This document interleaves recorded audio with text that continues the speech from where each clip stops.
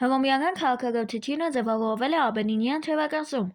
Երկրակոծությունն ու անասնապահությունը կարևոր դեր ունեին բնակչության կյանքում։ Ըստ ավանդության Հռոմը հիմնադրվել է Հռոմուլոսի կողմից 7 բլուրների վրա Քրիստոսից առաջ 753 թվականին։ Սկզբում Հռոմում արքայական իշխանություն էր, սակայն Քրիստոսից առաջ 6-րդ դարի վերջերին սկսեց Հին Հռոմի հանրապետության շրջանը։ Արքայական դարաշրջանում Հռոմում ապրում էին 3 ցեղեր՝ լատիններ, սաբիններ, էտրուսկներ։ Նրանց ավագներից կազմվում էր ձեռագույտ սենատ, բոլոր պաշտոնյաները հաշվետու էին սենատի առաջ։ Հռոմի բնակչությունը բաժանվում էր երկու խավի՝ պատվիկների և պլեբեյների։ Պլեբեյներն զբաղվում էին երկրագործությամբ և հարվեստներով,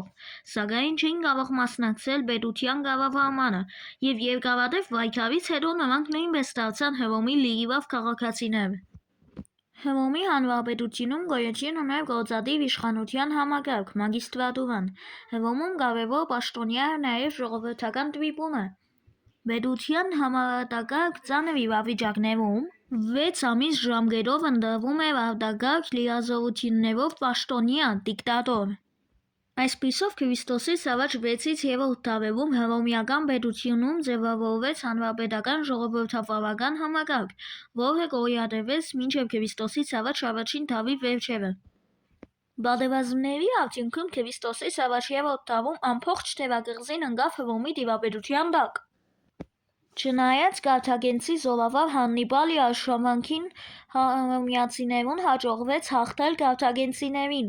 և հռոմեական պետությունը վերածվեց միջերկրական ծովի արևմուտքի ամենահզոր պետության, որից հետո Հռոմը սկսեց ծավալվել դեպի արևելք։ Հռոմեացիները մեկը մյուսի հետևից պարտությամբ մատնեցին Մակեդոնիային և Սելևկյան պետությանը։ Պատերազմները սկսեցին նաև Պոնտոսի և Մեծ Հայքի դեմ, որոնց արդյունքում Քրիստոսից առաջ առաջին դարում հռոմեացիների վերահսկողության տակ անցավ ամբողջ Փոքր Ասիան, Ասորիքը և Փյունիկիան։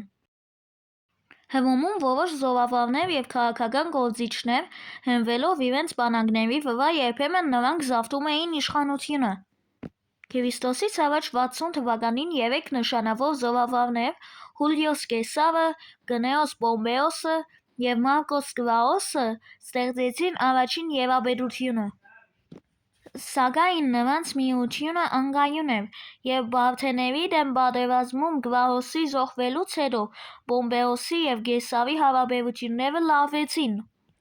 Յուրաքանչյուրը ձգտում էր մենիշխանության։